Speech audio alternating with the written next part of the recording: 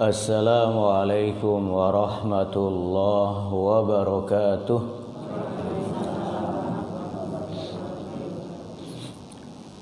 Alhamdulillahilladzi bi ni'matihi tatimmus shalihat.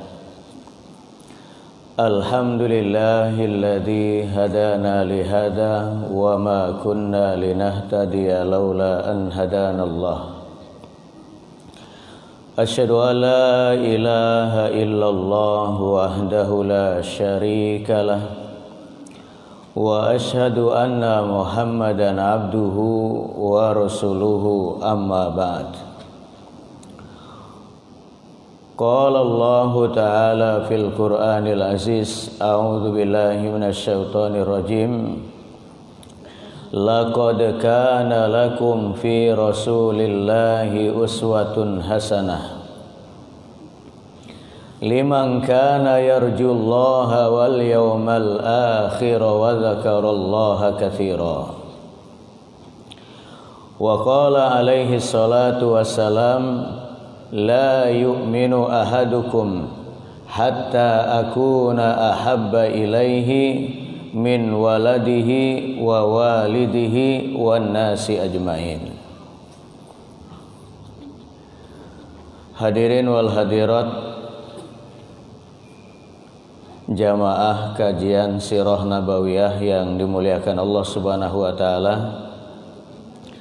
Alhamdulillah, pada pagi ini Allah Subhanahu wa taala masih membentengi kita dengan hidayah, inayah, taufik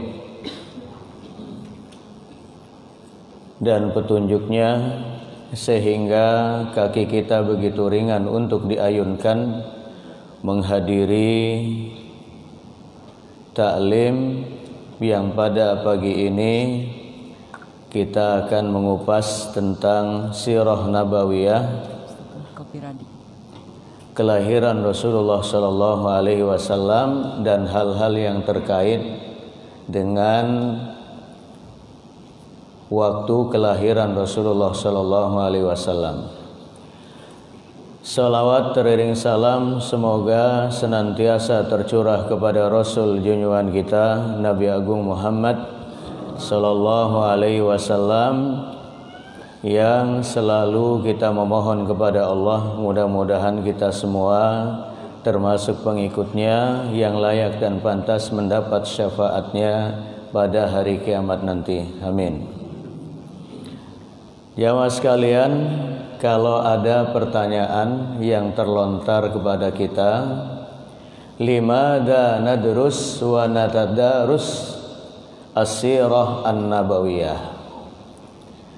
Mengapa kita mengkaji, mengapa kita mempelajari sirah nabawiyah? Kira-kira jawabannya apa, Bapak Ibu?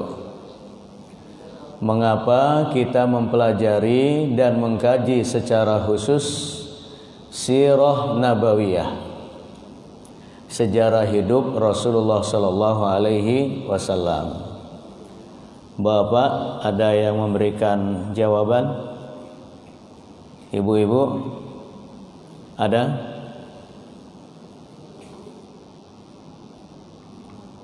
Mengapa kita mempelajari dan mengkaji sirah nabawiyah? Hal hadhil maddah muhimmah jiddan fi hayatina? Apakah pelajaran dan kajian sirah nabawiyah menjadi penting bagi hidup kita atau tidak? Penting. Limada? Kenapa menjadi penting?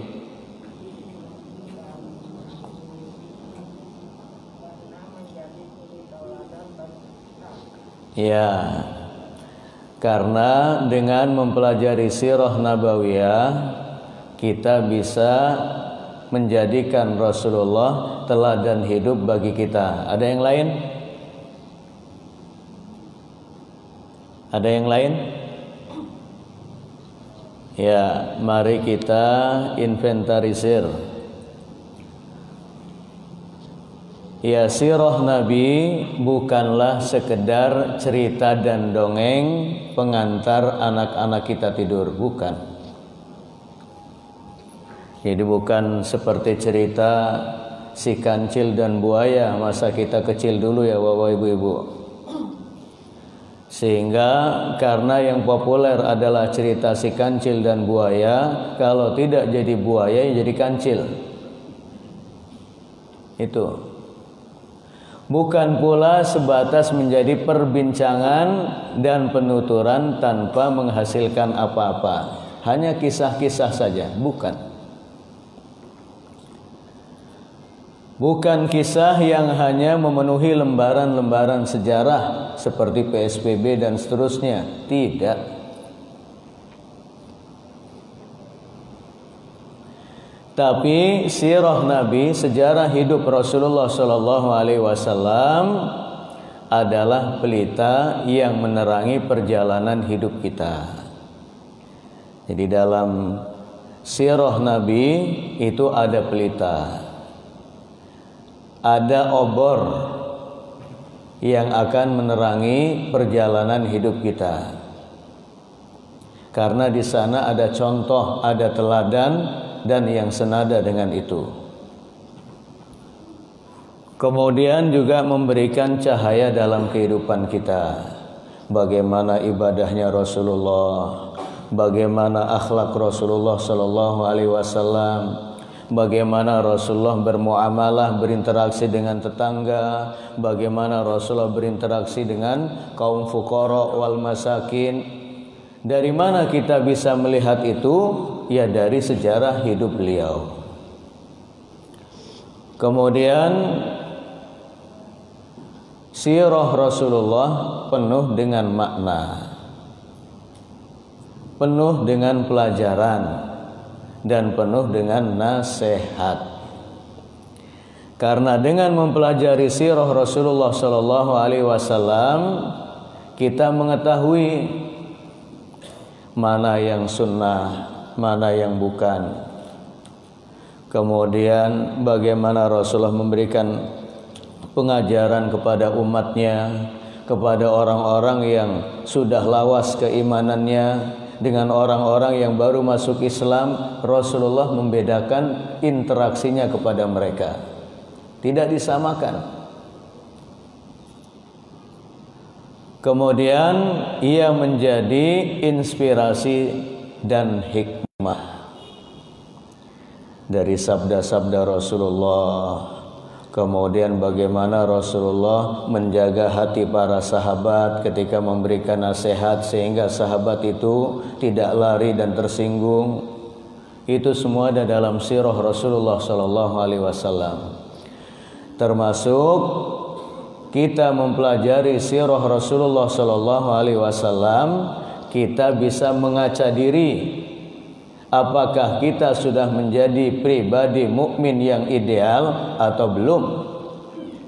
Maka begitu Rasulullah atau begitu Ummul Mukminin Aisyah radhiyallahu anha ditanya tentang maka khuluquhu Rasulullah sallallahu alaihi wasallam, ya, maka khuluqu Rasulillah sallallahu alaihi wasallam, bagaimana akhlak kepribadian Rasulullah sallallahu alaihi wasallam, maka Ummul Mukminin menjawab kana khuluquhul Quran, bahwa akhlak Rasulullah adalah Al-Quran.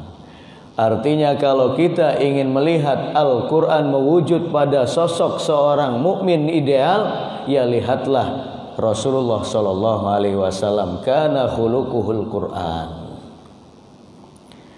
Nah, itu semua tanpa kita mempelajari sirah Rasulullah sallallahu alaihi wasallam mustahil terwujud.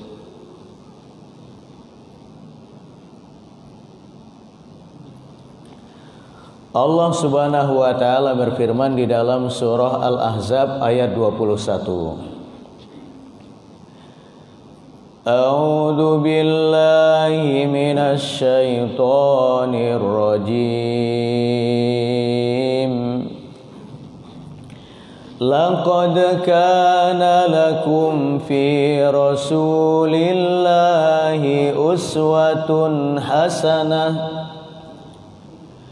liman kana yarjullaha wal yawmal akhir wa dzakarallaha katsira.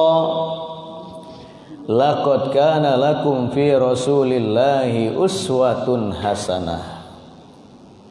Sungguh telah ada pada diri Rasulullah sallallahu alaihi wasallam keteladanan yang baik. Jadi kita sebagai umat Muhammad tidak perlu, tidak membutuhkan contoh-contoh yang lain. Maka teladan yang terbaik adalah Rasulullah sallallahu alaihi wasallam.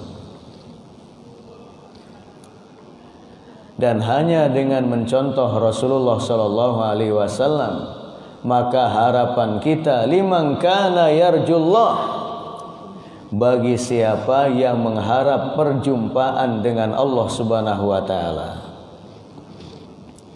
Pertanyaan yang menggelayu di dalam jiwa kita adalah, kapan kita bertemu dengan Allah Subhanahu wa taala, Bapak Ibu?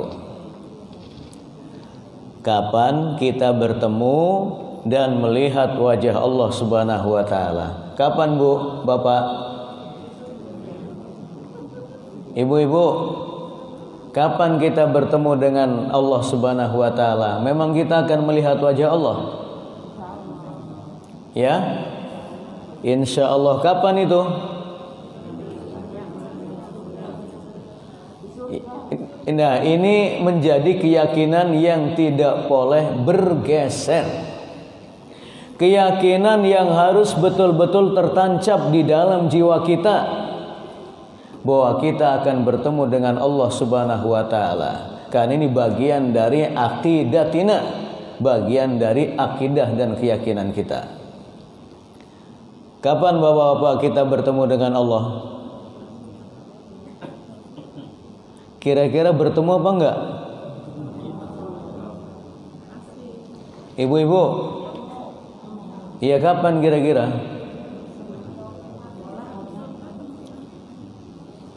Tempat dan waktunya kapan? Ya, itu hanya perasaan. Tetapi benarkah kita nanti melihat wajah Allah apa enggak? Di mana itu? Di sorga. Wujuhun yawma idin nadhirah ila rabbiha nadhirah. Wajah mereka berseri-seri pada hari itu karena mereka melihat wajah Tuhan mereka.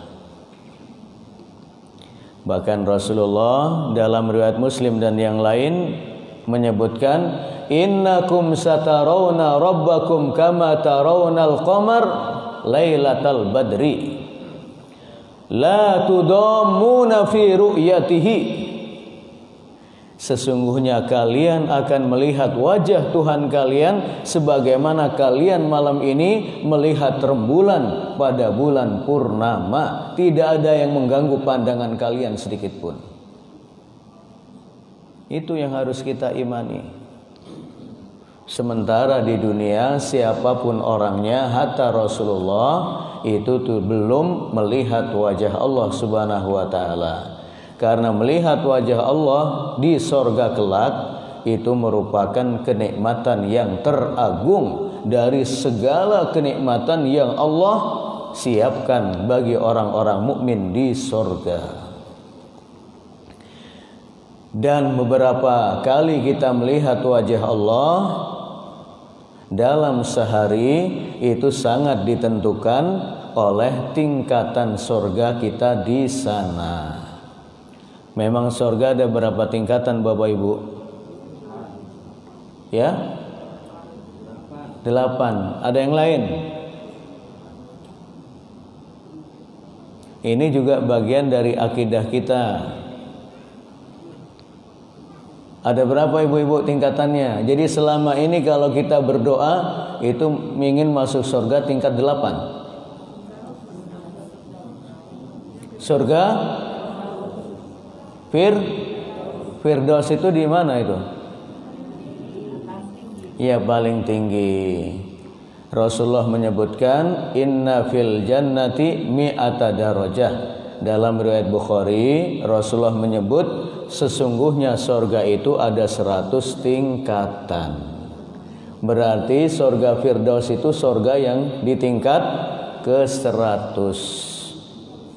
Itu Bapak Ibu. Jadi kalau kita minta kepada Allah surga di tingkat yang ke-8, itu belum, masih ada 92 lagi di atasnya itu. Ibnul Hakami dalam kitabnya Ma'arijul Qabul menyebutkan, dan seberapa banyak manusia melihat Allah di surga itu ditentukan oleh tingkatan surga masing-masing.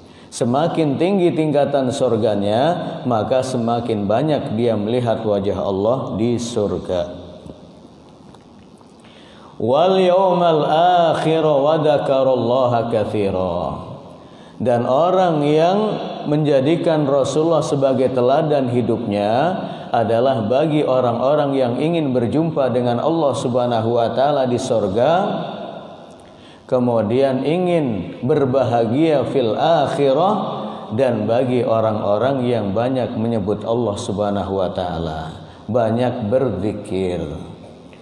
Maka mafhum mukhalafahnya, makna yang terbalik pemahamannya adalah bahwa orang yang tidak ingin berjumpa dengan Allah, kemudian juga tidak ingin bahagia di akhirat dan jarang menyebut Allah Subhanahu wa taala adalah orang yang jauh dari keteladanan terhadap Rasulullah sallallahu alaihi wasallam. Ibnu Katsir rahimahullah dalam tafsirnya, tafsir Al-Qur'anil Azim, menyebutkan bahwa ayat Al-Ahzab ayat 21 itu terkait dengan at-ta'asi bi Rasulillah, yaitu meneladani kehidupan Rasulullah sallallahu alaihi wasallam di dalam ucapan dan di semua sisi kehidupan. Jadi bukan hanya ibadahnya, bukan hanya sholatnya, bukan hanya sodakohnya, tetapi semua sisi kehidupan Rasulullah juga termasuk berinteraksi dengan orang lain itu diteladani. Dan ayat ini mengiringi ayat-ayat yang berbicara tentang perang Ahzab. Artinya dalam kondisi sabar dalam peperangan dan yang lain, itu pun harus diikuti dari Rasulullah sallallahu alaihi wasallam.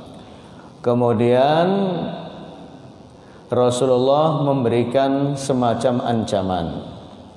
Di dalam riwayat Bukhari, di dalam riwayat Muslim, Nasa'i dan Ibnu Majah, Rasulullah bersabda, "La yu'minu ahadukum hatta akuna ahabba ilaihi min waladihi wa walidihi wan nasi ajmain." Tidak sempurna salah seorang atau keimanan salah seorang di antara kalian sehingga ia lebih mencintaiku daripada dirinya sendiri, daripada mencintai orang tuanya, dan daripada mencintai seluruh manusia. Nah, ini tentunya mencintai Rasulullah bagian dari kesempurnaan iman. Dan mustahil kita termasuk dalam kategori orang-orang yang mencintai Rasulullah sallallahu alaihi wasallam kalau kita tidak mengenal beliau dari kelahirannya sampai beliau wafat. Nah, maka mempelajari sirah Rasulullah sallallahu alaihi wasallam itu juga merupakan bagian dari cinta dan iman kita kepada Rasulullah sallallahu alaihi wasallam. Kemudian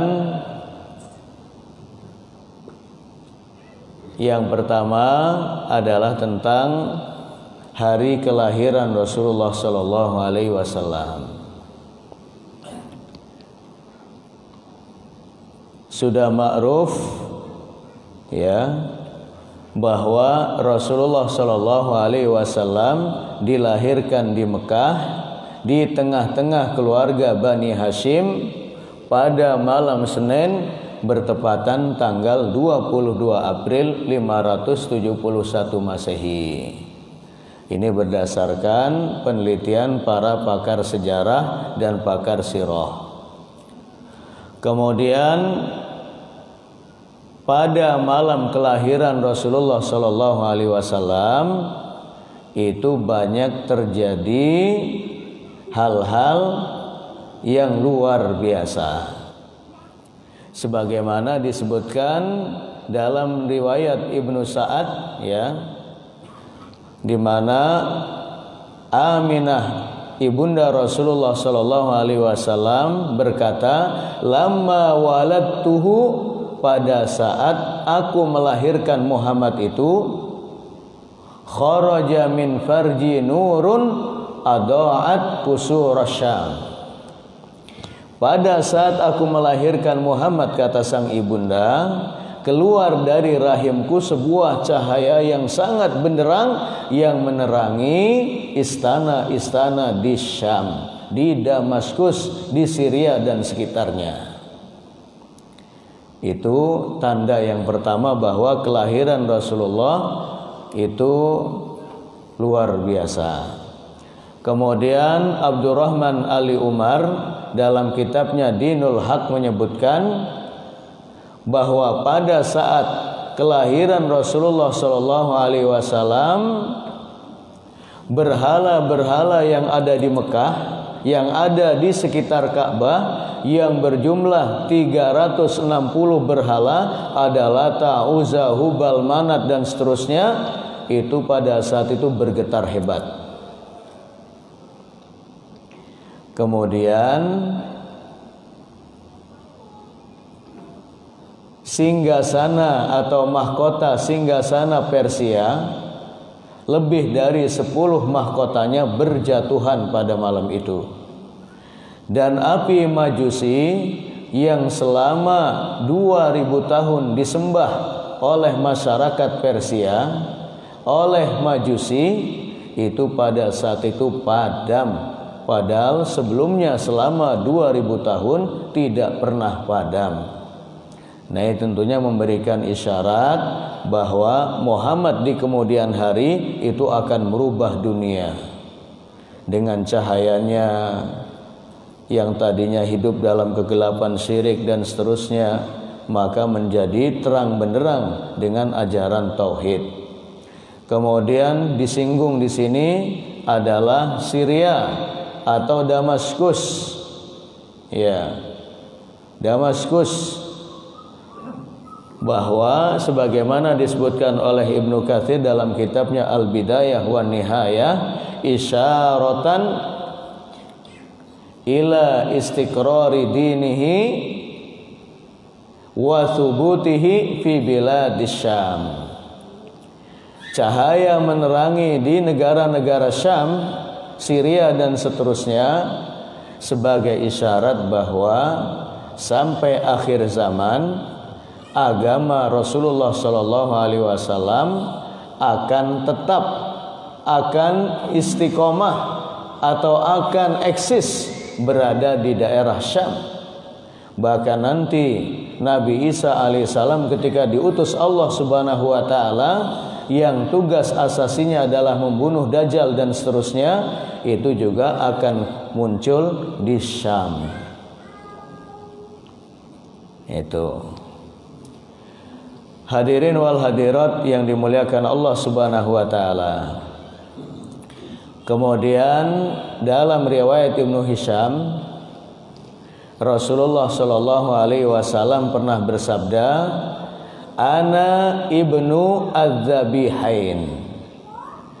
Aku adalah keturunan dari 2 orang yang akan dikorbankan atau disembelih, yakni Ismail wa Abdullah, yaitu Ismail dan Abdullah. Adapun Ismail alaihissalam sudah ma'ruf ceritanya, kisahnya, bagaimana kisah penyembelihan Nabi Ismail yang pada akhirnya karena ketaatan Nabiullah Ibrahim yang akan menyembelih anaknya, walaupun perintah penyembelihan itu hanya melalui mimpi, wa fadainahu bidzibhin azim, kami ganti dengan sembelihan yang besar, yaitu domba yang besar. Lalu yang kedua, Rasulullah adalah keturunan atau putra Abdullah. Memang putra Abdullah atau Abdullah pernah akan disembelih, akan dikorbankan. Iya. Jadi sang kakek Rasulullah yaitu Abdul Muttalib pernah bernadar.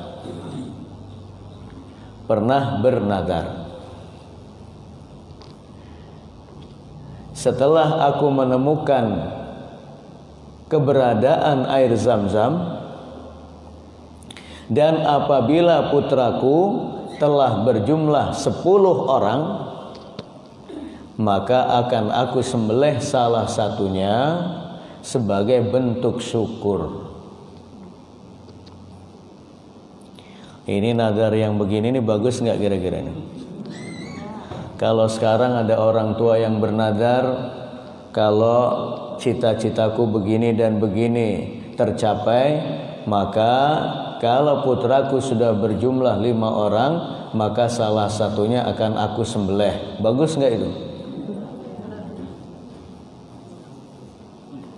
Ya. Maka lahirlah satu persatu putra dari Abdul Muttalib. Yang pertama lahirlah Al-Harith. Kemudian yang kedua Az-Zubair. Kemudian yang ketiga adalah Abu Thalib. Kemudian yang keempat adalah Abdullah. Kemudian lahir lagi Hamzah. Kemudian lahir lagi Abu Lahab, lahir lagi Al-Hidaq, kemudian lahir lagi Al-Muqawwim, kemudian lahir lagi Dirar, dan yang terakhir adalah Al-Abbas. Bahkan ada sebagian yang lain dari pakar sirah menyebutkan ada satu lagi putra Abdul Muttalib yang bernama Kusam. Tapi kita cukupkan dari pakar sirah yang ma'ruf, yaitu 10 orang putra Abdul Muttalib. Adapun putri-putri Abdul Muttalib ada 6. Yang pertama yaitu Ummul Hakim atau Al-Baydha. Kemudian Barrah. Yang ketiga Atikah. Yang keempat adalah Sofia, yang kelima Arwa, dan yang terakhir adalah Umaymah. Nah, setelah mereka dewasa, apa yang dilakukan oleh Abdul Muttalib karena ingin menunaikan nadarnya? Kira-kira Abdul Muttalib menunaikan nadarnya enggak, Bapak Ibu? Kira-kira bayangan kita sekarang ini, kalau kita bernadar untuk menyembelih anak, misalnya kita mengikuti Abdul Muttalib nih, kalau putraku sudah 10 orang, akan aku berikan salah satunya untuk berhala disembelih. Nadarnya dilakukan enggak? Kira-kira dilakukan enggak Bapak Ibu? Ya, bagi masyarakat Arab, nadar itu adalah sesuatu yang harus dilakukan. Sehingga dilakukan enggak kira-kira? Ya. Dikumpulkanlah putra-putra Abdul Muttalib yang 10 orang tadi. Disampaikan, ya abnai, ya baniya, wahai putra-putraku, aku pernah bernazar, kalau aku telah menemukan keberadaan air Zam-Zam dan aku telah memiliki 10 orang putra, maka akan aku korbankan salah satu dari kalian. Ma ra'yukum, bagaimana pendapat kalian? Kira-kira jawaban putra-putranya seperti apa? Kalau sekarang iya silahkan, monggo, atau gimana?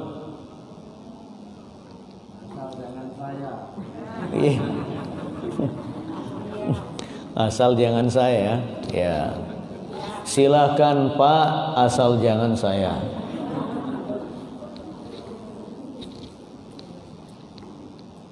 Atau mungkin dengan bahasa yang lebih kasar dari itu.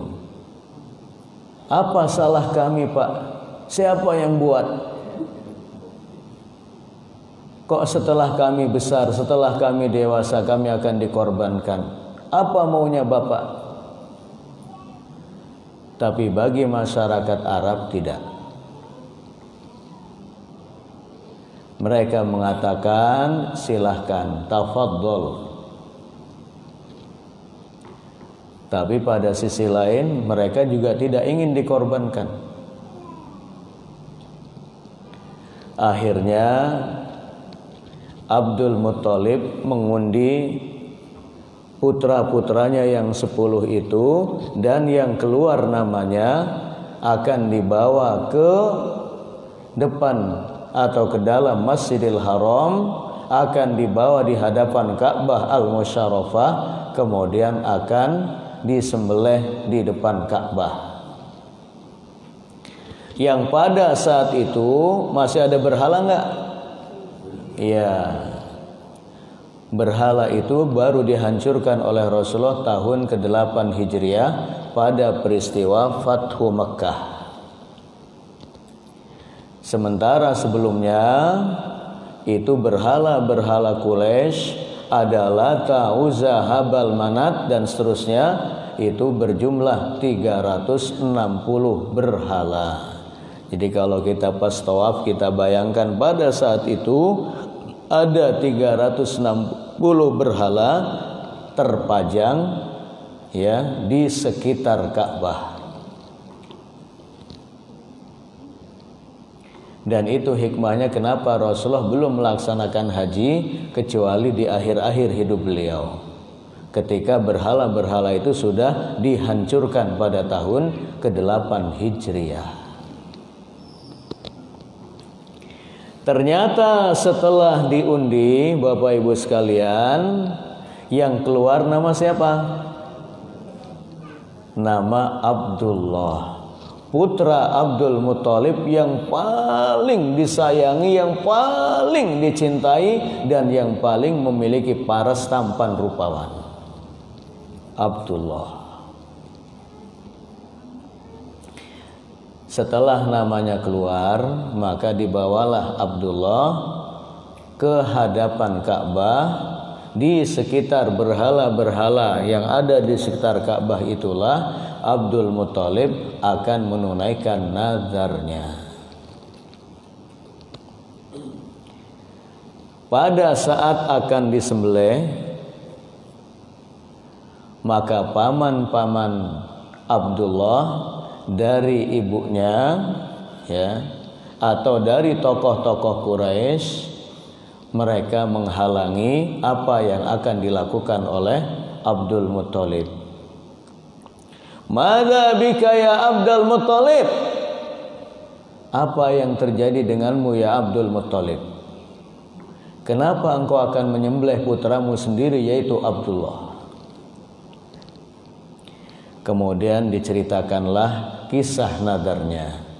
Begini. Kemudian mereka mengatakan, tahan dulu.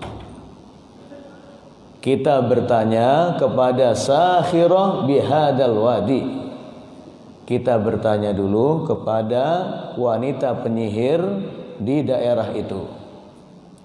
Makanya dulu masyarakat Quraisy itu identik dengan kesyirikan dan kekufuran. Mereka sudah menyembah berhala yang ada di sekitar Ka'bah, 360 berhala. Juga sebagai rujukan kehidupan itu bukan kepada tokoh agama atau yang lain, tetapi kepada penyihir atau tukang tenung. Nah, setelah sampai di hadapan Sahirah, wanita penyihir atau tukang tenung itu, maka Sahirah tadi mengatakan, gantilah putramu itu ya Abdul Muttalib dengan 10 ekor onta.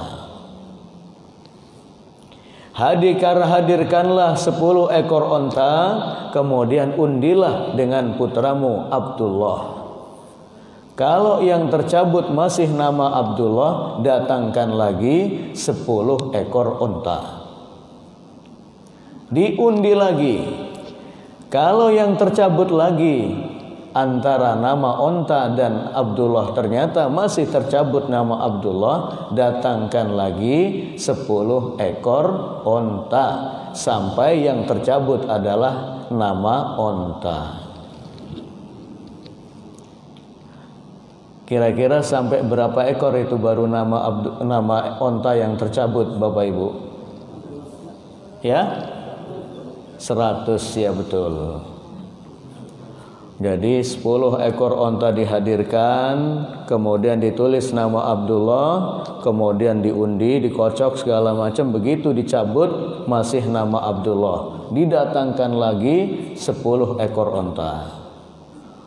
Diundi lagi masih nama Abdullah, didatangkan lagi sampai 100 ekor onta. Baru setelah diundi keluar nama onta. Dan dengan 100 ekor onta itulah Abdullah terselamatkan. Walaupun ini budaya dari kaum musyrikin, tetapi tidak semua ajaran mereka dihilangkan di dalam Islam. Tetap dikukuhkan di dalam Islam, satu nyawa dihargai dengan 100 ekor unta. Makanya kalau di negeri Arab yang memakai undang-undang Islam, termasuk dalam kisos, itu siapa yang membunuh jiwa satu orang, kalau dia mendapatkan pengampunan dari keluarga yang terbunuh, maka dia menebusnya dengan 100 ekor unta. Makanya di negeri Arab itu walaupun 2 orang berselisih, kemudian saling bertikai, kemudian saling meluapkan amarah, nggak ada yang berani untuk mukul duluan. Walaupun hidung ketemu hidung. Wajarlah kalau Arab itu hidung ketemu hidung. Kalau kita kan jarang karena memang hidungnya ke dalam. Itu tidak ada yang berani mukul duluan, melakukan kezaliman, karena khawatir dengan pukulan yang sederhana itu mematikan lawannya. Dan ini bahaya. Kalau tidak dikisos, artinya dia dibunuh juga karena membunuh. Maka kalau mendapatkan pengampunan dari keluarga terbunuh, dia harus menebusnya dengan 100 ekor onta. Dan itu berat. Berat. Ya, kalau 1 ekor ontanya harganya 14 juta atau 10 juta kali 100 sudah berapa itu? Bukan murah. Berbeda dengan di Lampung. Gara-gara rebutan parkir, nyawa melayang. Gara-gara nyuri motor dan seterusnya ketahuan, dia membunuh dengan senjata tajam dan seterusnya. Dan hukumannya paling hanya beberapa tahun, setelah itu keluar nyaman. Makanya walakum fil qisasi hayatu ya ulil albab. Bagi kalian dalam hukum kisos itu walaupun terlihat yang membunuh harus dibunuh, tetapi di belakangnya ada kehidupan. Orang akan menghargai nyawa. Berbeda dengan negeri kita, karena nyawa itu sangat murah, hanya bisa ditebus dengan ini dan itu, maka pembunuhan tidak kurang-kurang. walaupun persoalannya sepele.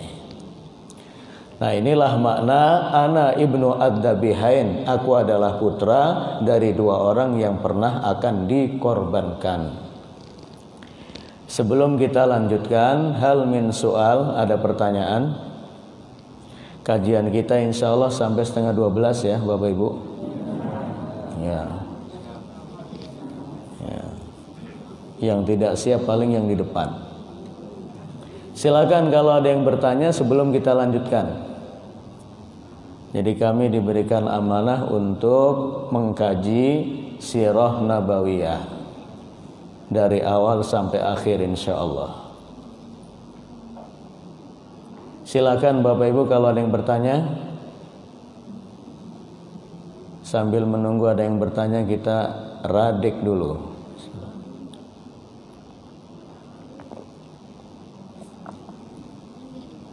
Ada Bapak Ibu?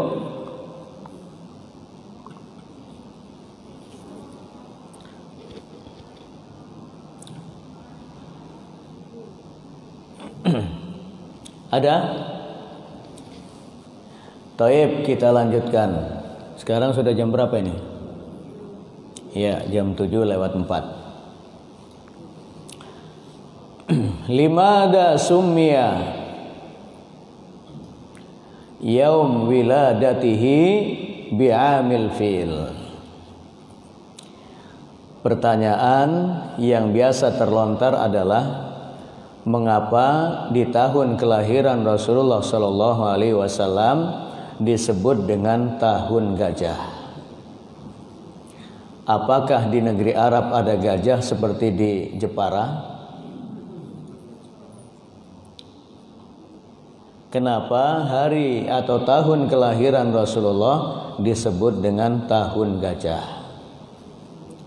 Limada summiya bidzalik, kenapa dinamakan dengan itu? Apa jawabannya Bapak Ibu?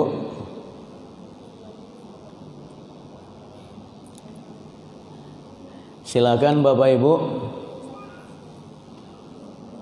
Jadi kita rileks saja kajiannya. Insya Allah jawaban benar itu bagian dari pengetahuan kita. Kalaupun belum benar, itu juga tidak ada konsekuensinya, tidak ada sanksinya. Ya, monggo. Barangkali kita sudah memiliki background atau pengetahuan awal tentang Amul Fil, tahun gajah ini. Silakan Bapak Ibu. Karena di tahun itu ada apa? Pasukan bergajah. Sebenarnya pasukan bergajah Raja Abraha itu datang dari Son'a, dari Yaman ke Mekah untuk menghancurkan Ka'bah. Itu ada sebabnya nggak kira-kira? Apa sebabnya? Jadi ada sejarahnya Bapak Ibu. Jadi tidak serta-merta Raja Abraha datang ke Mekah untuk menghancurkan Ka'bah, tidak. Jadi ceritanya Bapak Ibu, Raja Abraha yang menjadi wakil Raja Najasyi di Yaman, menjadi gubernur di Yaman, itu pernah bercita-cita, pernah bermimpi agar ekonomi di Yaman ini menjadi baik, agar aset APBN dan seterusnya di Yaman ini menjadi yang terbaik di wilayah Najasyi, maka salah satu caranya adalah mengalihkan orang-orang yang setiap musim haji berangkat dari seluruh negeri, berangkat ke Mekah untuk menunaikan haji, maka dialihkan ibadah haji mereka ke Yaman. Bagaimana caranya? Kalau sekarang itu ada partai-partai tandingan. Apa saja yang partainya ada tandingannya itu sebenarnya dulu sudah direncanakan oleh Abraha. Ada organisasi tandingan, ada partai tandingan, sebenarnya sudah terjadi pada masa itu. Tidak ada cara lain, kata Abraha, kecuali membangun sebuah kanisah, sebuah tempat ibadah yang sangat megah, gereja yang sangat mewah, kemudian di dalamnya dibangun semacam Ka'bah. Kemudian Raja Abraha mengundang penguasa-penguasa yang ada di dunia untuk memalingkan yang selama ini mereka ibadah hajinya ke Ka'bah Al-Musyarrafah, berganti alih atau beralih menuju Son'a, menuju Yaman, tepatnya di sebuah gereja yang disebut dengan Al-Qulais. Dan betul-betul Raja Abraha menunaikan mimpinya, mewujudkan mimpinya. Jadi dia mengumpulkan harta, kemudian setelah itu membiayai pembangunan kanisah, pembangunan gereja yang sangat megah yang dibangun dari batu pualam peninggalan Raja Saba, ya, Raja Saba, kemudian dihiasi dengan emas dan perak. Bahkan Al-Qulais itu artinya menakjubkan atau mendongakkan, karena orang untuk melihat gereja yang dibangun oleh Raja Abraha begini, tinggi betul, dan di dalamnya dibangun semacam Ka'bah. Setelah semuanya beres, maka ada seorang laki-laki dari Bani Kinanah di Mekah yang mendengar informasi ini. Akhirnya dia mengambil kudanya, berangkat dari Bani Kinanah menuju ke Son'a.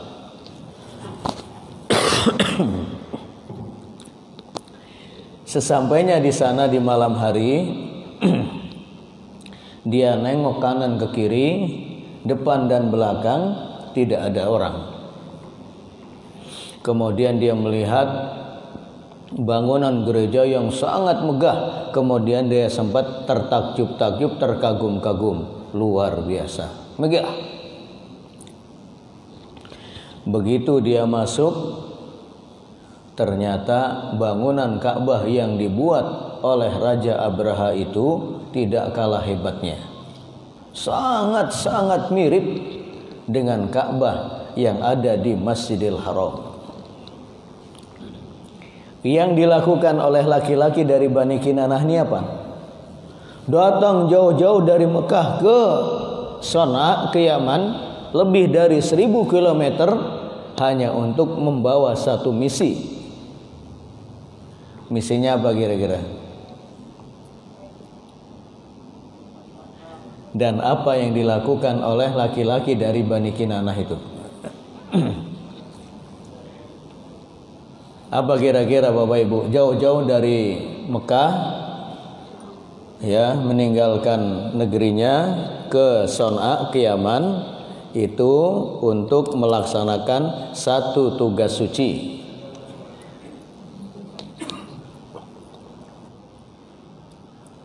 Ya. Jadi sesampainya di sana Bapak Ibu,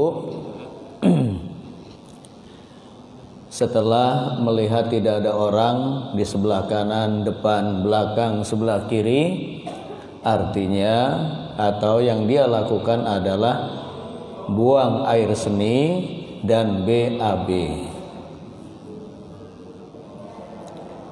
Kemudian air seninya dan BAB-nya itu dilemparkan di Ka'bah yang dibangun oleh Abraha.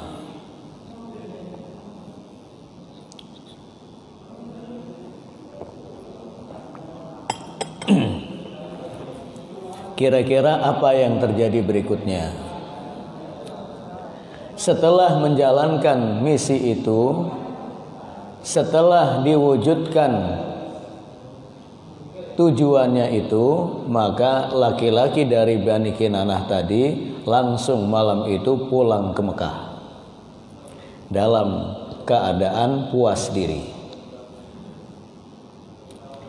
Pagi harinya Raja Abraha murka nggak kira-kira itu? Wadah, murkanya nggak ketulungan. Man fa'ala hadza, siapa yang melakukan ini? Kemudian ada yang mengatakan, semalam kami melihat ada seorang laki-laki dari Bani Kinanah datang ke sini, barangkali dia yang melakukan. Pada saat itu pula Raja Abraha memerintahkan kepada pasukannya untuk berhimpun. Sanahdimul Ka'bah, kami akan menghancurkan Ka'bah. Maka berhimpunlah pasukan Abraha. Berapa jumlah yang disebutkan oleh Ibnu Katsir dalam kitabnya Al-Bidayah wan Nihayah dan dikutip oleh Sofiur Rahman Al-Mubarakfuri dalam kitabnya Ar-Rahiq Al-Makhtum. Berapa jumlahnya Bapak Ibu? Sittina alf, 60.000. 60.000 pasukan, jumlahnya besar nggak itu? Besar. Kemudian disebut dengan Ashabul Fil,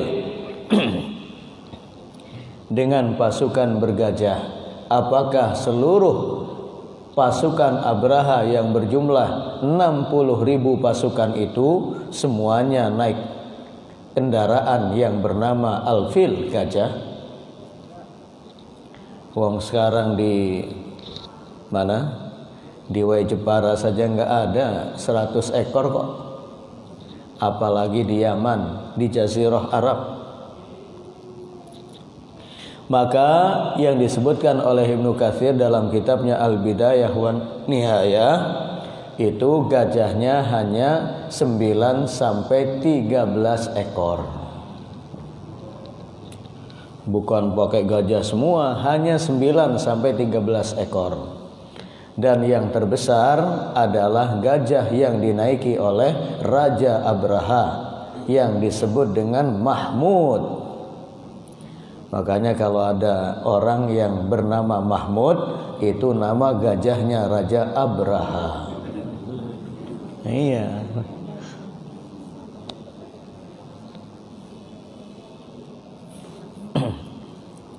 Berangkatlah pasukan Abraha pada saat itu. Tidak ada yang melihat pasukan Abraha melintas kecuali masyarakat yang di perjalanan itu, di perkampungan yang mereka lewati itu, mereka berlarian ke bukit-bukit menyelamatkan diri. Bisa dibayangkan 60.000 pasukan yang sangat besar. Semuanya berlarian. Sehingga ketika sampai di sebuah daerah yang bernama Al-Muhassir, antara Musdalifah dan Mina, bagi kita yang sudah berhaji, itu gajah-gajah yang dibawa oleh Raja Abraha mogok, berdiam diri. Begitu diajak ke tempat yang lain, ke arah timur, ke arah barat, ke arah selatan, itu berangkat dengan cepat. Tapi begitu diajak menuju Mekah Al-Mukarramah, mogok lagi. Al-Muhassir. Pada saat itulah Allah Subhanahu wa taala wa arsala alaihim tayran ababil. Dan tayran ababil itu bukan burung ababil. Ababil itu maknanya jamaat-jamaat. Burung-burung yang Allah hadirkan, yang Allah utus, yang Allah kirim, datangnya dengan bergelombang-gelombang, bukan namanya burung ababil. Tetapi ababil itu artinya berkelompok-kelompok. Itu burung ababil, bukan. Sama seperti Raqibun Atid, itu difahami nama malaikat, bukan. Sebagaimana disebutkan oleh Syekh Sulaiman Ashqar, itu sifat malaikat sebagai penulis dan pencatat amal baik dan amal buruk kita, bukan namanya Raqib Atid.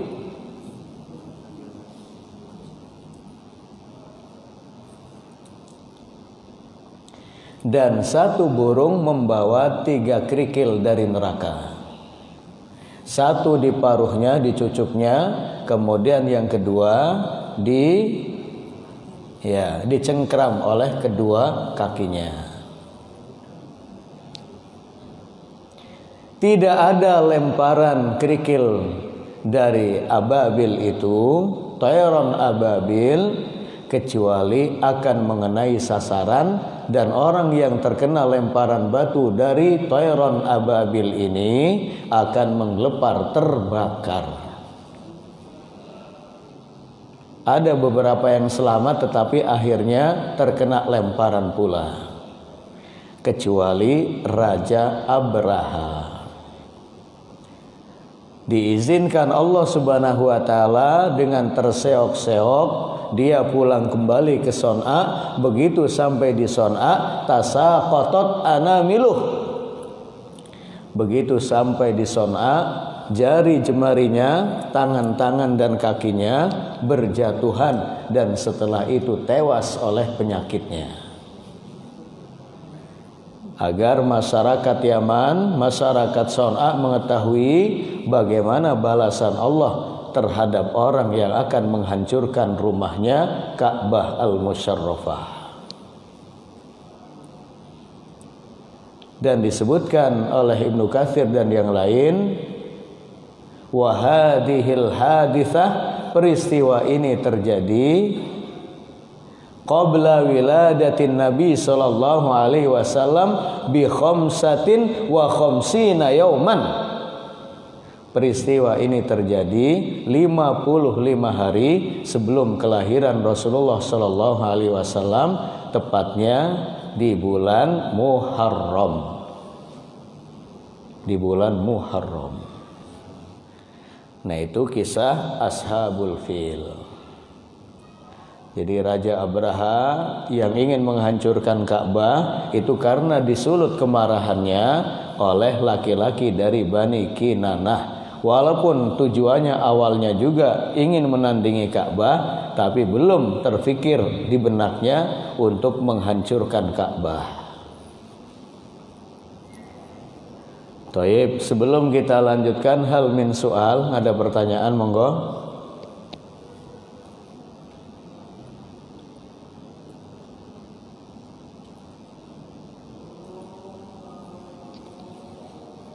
Ada? Ibu-ibu, bapak? Taib, nuwasil, kita lanjutkan.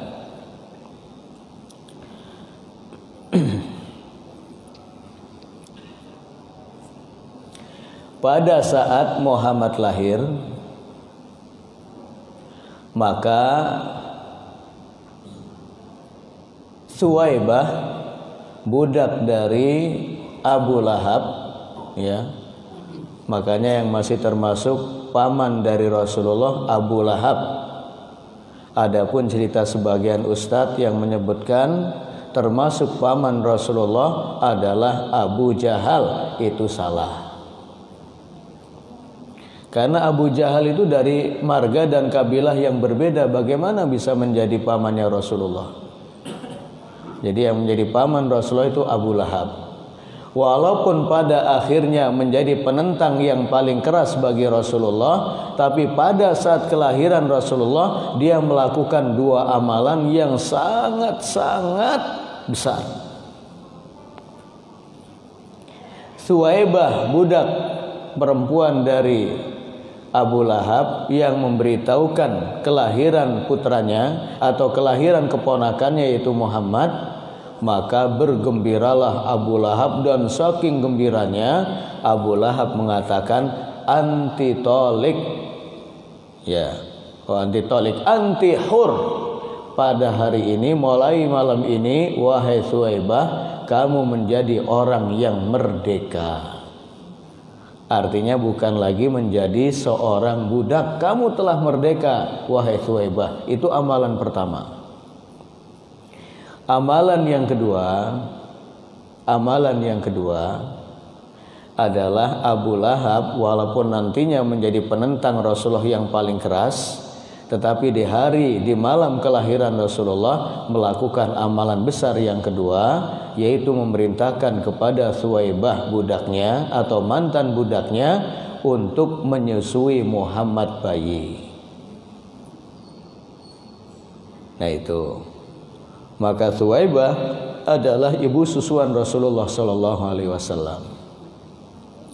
Dan karena amalan ini sebagaimana disebutkan dalam riwayat Baihaqi, juga disebutkan oleh Ibnu Katsir dalam kitabnya Al-Bidayah wa Nihayah dan yang lain, bahwa pernah Al-Abbas, yaitu paman Rasulullah, bermimpi bertemu dengan kakaknya Abu Lahab. Begitu ditanya, bagaimana keadaanmu wahai Abu Lahab, sang kakak, maka Abu Lahab menjawab, udzibtu, aku disiksa dalam neraka dengan siksaan yang berat. Hanya saja setiap malam Senin atau hari Senin di hari kelahiran Muhammad, khuffiftu, aku diringankan siksanya, yaitu di sela-sela jarinya itu ada air untuk diminum di dalam neraka. Karena melakukan dua hal, yang pertama memerdekakan budaknya, yang kedua adalah memerintahkan kepada Suwaibah untuk menyusui Muhammad. Nah, dengan dua amalan ini tidak disia-siakan. Artinya azabnya diringankan setiap hari Senin atau malam Senin dengan diberikan sedikit air untuk meringankan azabnya. Kemudian pada malam itu Aminah ibunda Rasulullah mengirim utusan untuk menyampaikan kabar ini kepada sang kakek Abdul Muttalib. Begitu Abdul Muttalib datang dengan kegembiraan yang sangat luar biasa, maka menggendong Muhammad kecil, kemudian dibawa tawaf mengelilingi Ka'bah 7 kali putaran. Kemudian Abdul Muttalib di hadapan Quraisy pada saat itu mengatakan, samaitu ibni hadza bi Muhammad, aku namakan cucuku ini atau putraku ini, karena bagi masyarakat Arab cucu ya anak, kedudukannya sama. Maka kata Abdul Muttalib, samaitu ibni hadza bi Muhammad, aku namakan putraku ini atau cucuku ini dengan nama Muhammad. Kira-kira nama Muhammad itu sudah dikenal oleh masyarakat Arab belum Bapak Ibu? Iya. Sebagaimana disebutkan oleh Ibnul Qayyim dan yang lain, bahwa nama Muhammad lam yu'raf indal Arab qabla hada. Nama Muhammad adalah nama yang belum dikenal oleh masyarakat Arab pada waktu itu. Sehingga ketika tokoh-tokoh Quraisy mendengar bahwa bayi itu dinamakan dengan Muhammad, mereka bertanya kepada Abdul Muttalib, "Limadza samaita ibnaka hadza bi Muhammad ya Abdul Muttalib?" Mengapa engkau namakan cucumu ini dengan nama Muhammad ya Abdul Muttalib? Nah ini Bapak Ibu, jadi nama Muhammad harapannya dari Abdul Muttalib adalah, arju, aku berharap dengan nama itu, an yahmadahu ahlul ard kama yahmadahu ahlus sama. Aku berharap dengan anak ini membawa nama Muhammad, maka penduduk bumi akan memuji kebaikannya, memuji akhlaknya, sebagaimana kebaikannya juga dipuji oleh penghuni langit, yaitu malaikat. Itu namanya, itu maknanya. Walaupun sekarang tidak sedikit yang bernama Muhammad, akhlaknya seperti yang lain, enggak ibadah, akhlaknya juga buruk, namanya Muhammad. Apalagi di Sri Lanka. Jadi pengalaman, saya pernah bertanya kepada teman itu, dai dari Sri Lanka. Kalau di Sri Lanka itu karena kaum muslimin minoritas, untuk membedakan antara yang muslim dengan Buddha dan Hindu, maka setiap nama laki-laki depannya Muhammad. Adapun perempuan namanya Aisyah atau Fatimah. Itu berarti dia muslim dan muslimah. Makanya di sana minimal namanya dua, Muhammad Imron, Muhammad Rozmi, Muhammad, pasti nama depannya Muhammad. Itu supaya bisa dibedakan dengan yang non muslim. Kalau di kita malah beda. Di sebagian daerah malah namanya John, namanya malah mengambil dari orang-orang barat padahal dia muslim. Nah itu. Jadi nama Muhammad, sekali lagi Bapak Ibu, adalah ismun lam yu'raf indal Arab. Nama yang belum pernah dikenal oleh bangsa Arab sebelumnya. Yang sebelumnya paling ada Hamid, ada Mahmud, ada Ahmad, dan seterusnya. Tapi Muhammad belum.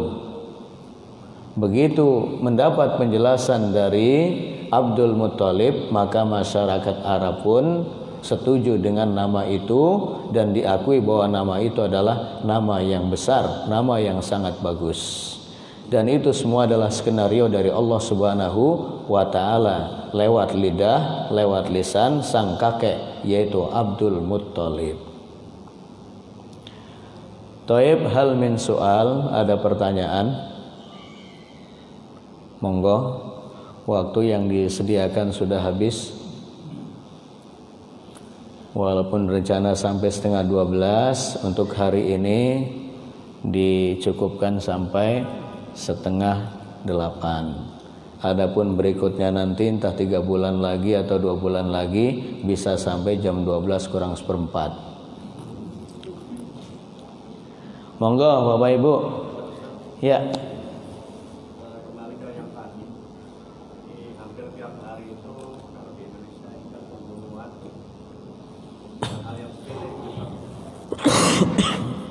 Hukum kita sangat ringan. Nah, bagaimana dengan kalau Al-Quran mengajarkan dan kisos? Nah, kalau orang yang membunuh kemudian dihukum hanya beberapa tahun terus dapat keringanan itu nanti diangkat seperti apa? Iya. Kembali kepada pribadi masing-masing. Kalau setelah mendapatkan hukuman di negara dia berpijak, kemudian setelah itu dia bertobat dan memenuhi kriteria taubat, insya Allah dosa-dosanya akan terampunkan. Sebagaimana orang yang membunuh atau melakukan dosa besar dan Allah menutupi, kemudian dia bertobat dengan sendirinya, itu pun akan menghapus dosa-dosa yang telah dilakukannya. Nah itu makanya Rasulullah ketika ada yang datang minta dirajam padahal tidak ada saksi, Rasulullah mengatakan, para sahabat, dia lagi mabuk apa enggak? Maksudnya ya sudah, kalau memang Allah sudah menutupi ya cukup dengan taubat. Tapi sebagai bukti keimanan seperti Ma'is dan yang lain, datang lagi sampai Rasulullah merajam. Itu membuktikan keimanan yang luar biasa. Walaupun kalau dia setelah itu bertobat dan tidak datang lagi kepada Rasulullah, itu sudah dicukupkan. Adapun kualitas taubat, apakah termasuk nasuha atau taubat fil, taubat sambel, itu kembali kepada person dan pribadi masing-masing. Karena yang mengetahui kesungguhan taubatnya di dalam hatinya ya hanya si pemilik hati dengan yang membuat hati yang di atas. Nah itu. Jadi di akhirat kembali kepada taubat masing-masing personal. Kalau taubatnya nasuha, insya Allah dengan hukuman yang sedikit tadi itu bisa diampuni oleh Allah, apalagi diiringi dengan banyak melakukan amal soleh seperti banyak berbagi, banyak memberikan santunan, banyak sedekah, banyak istighfar dan seterusnya. Insya Allah Rasulullah memberikan garansi dalam riwayat Tirmidzi dan yang lain, at-taibu minad danbi kaman la danbalahu. Orang yang bertobat dari dosanya seperti orang yang tidak pernah melakukan dosa. Ya.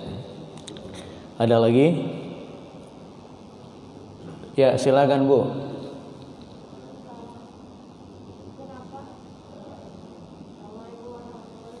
Waalaikumsalam warahmatullahi.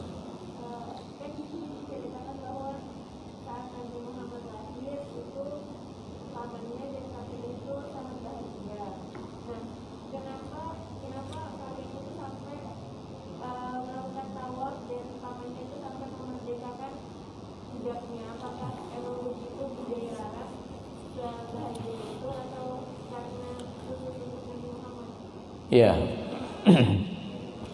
Pertama tentunya itu min qadarillah, termasuk bagian dari ketetapan dan garis takdir Allah Subhanahu wa taala.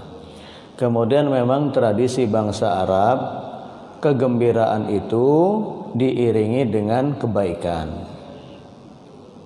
Maka seperti tadi juga Abu Lahab itu juga pada masa itu kan semuanya penyembah berhala, kecuali ada beberapa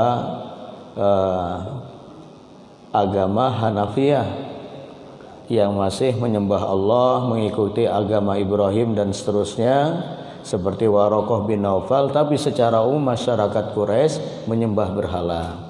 Adapun tawaf itu memang mereka lakukan.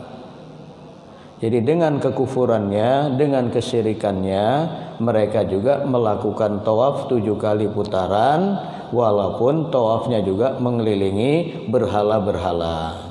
Hanya bedanya bahwa tawaf yang mereka lakukan uryana, dalam keadaan telanjang bulat. Ya walaupun waktu-waktunya sudah ditetapkan, misalnya dari jam sekian untuk laki-laki, kemudian berikutnya untuk perempuan sudah ditentukan, tapi mereka tidak memakai pakaian ihram seperti sekarang atau pakaian biasa, tetapi mereka dalam keadaan uryanan, dalam keadaan telanjang. Nah termasuk tadi memerdekakan budak, kemudian memerintahkan kepada Suwaibah mantan budaknya untuk menyusui Muhammad, kemudian sang kakek itu dengan melakukan tawaf sebelum memberikan nama Muhammad dan seterusnya, itu karena memang tradisi kebaikan itu sudah ada pada mereka. Ya. Dan memang mereka dengan kesyirikan dan kekufurannya sangat mengagungkan Ka'bah al-Musyarrafah. Maka kalau kita lihat dalam sejarah yang nanti juga akan kita singgung, bahkan ketika terjadi banjir pada saat Muhammad berusia 35 tahun, sehingga Hajar Aswad turun atau keluar dari tempatnya, terjatuh dari tempatnya, kemudian Ka'bah sebagiannya retak-retak, maka Quraisy sepakat untuk merenovasi Ka'bah. Dan mereka sepakat, walaupun mereka ahli riba dan seterusnya, pakar riba, mereka mensyaratkan untuk biaya ya mendanai Ka'bah al-Musyarrafah yang direnovasi, itu salah satunya tidak diambilkan dari harta riba dan bukan dari hasil kezaliman terhadap orang lain. Itu. Jadi dengan segala kebobrokannya, dengan segala keracuhannya, itu masyarakat Quraisy ada sifat-sifat yang baik yang mereka lestarikan sampai sekarang. Di antaranya adalah mudah memberi dan mudah melakukan kebaikan pada saat mereka mendapatkan kebahagiaan. Itu seperti Abu Sufyan. Abu Sufyan itu hampir setiap pekan itu menyembelih onta dan dibagi-bagi, padahal dalam keadaan kufur pada saat itu. Termasuk Abu Jahal, hampir setiap pekan menyembelih onta dan dibagi-bagi, kecuali fakir miskin, kecuali anak-anak yatim, itu enggak dibagi. Ya walaupun pembagiannya tadi masih melihat kasta-kasta, tetapi budaya yang baik bagi mereka berbagi. Ya. Dan itu yang sifat-sifat kebaikan yang ada, yang sudah mengkristal, yang sudah mereka jiwai oleh masyarakat Quraisy. Makanya kalau sampai sekarang kita melihat mereka mudah memberi, mudah berbagi, royal dan seterusnya, karena sejarah mereka itu selalu mereka jaga. Berbeda dengan kita. Nah, sampai sekarang itu kalau di musim Ramadan atau hari-hari tertentu yang banyak orang puasa, mereka biasa mengirim anak-anaknya untuk berbagi makanan di lampu-lampu merah. Itu biasa. Kalau kita kan yang kita dapati di lampu-lampu merah kan orang minta-minta, terus di sini tuh ada yang dicat semuanya, iya kan? Di sana enggak, yang dibagi ya makanan, minuman menjelang berbuka. Dan itu budaya yang sebetulnya belum terbiasa atau belum mentradisi di daerah kita sekarang. Nah, mereka mudah melakukan itu karena memang secara asal karakteristik mereka begitu. Mudah memberi, mudah memerdekakan budak, mudah apa, yang penting hatinya senang saja, itu aja. Tetapi ketika Rasulullah nanti diangkat menjadi Rasul, Abu Lahab dari hari pertama itu sudah memposisikan diri menghadang dakwah Rasulullah SAW, yang tadinya hartanya untuk kebaikan berubah menjadi untuk menghalang-halangi dakwah. Itu. Satu lagi kalau ada.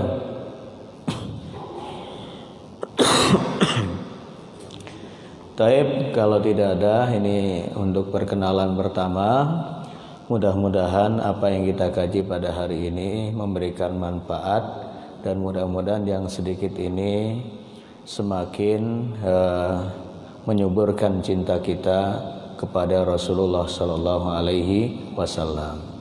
Mohon maaf atas segala kekurangan dan khilafan. Hadanallahu wa iyyakum ajmain. Assalamualaikum warahmatullahi wabarakatuh.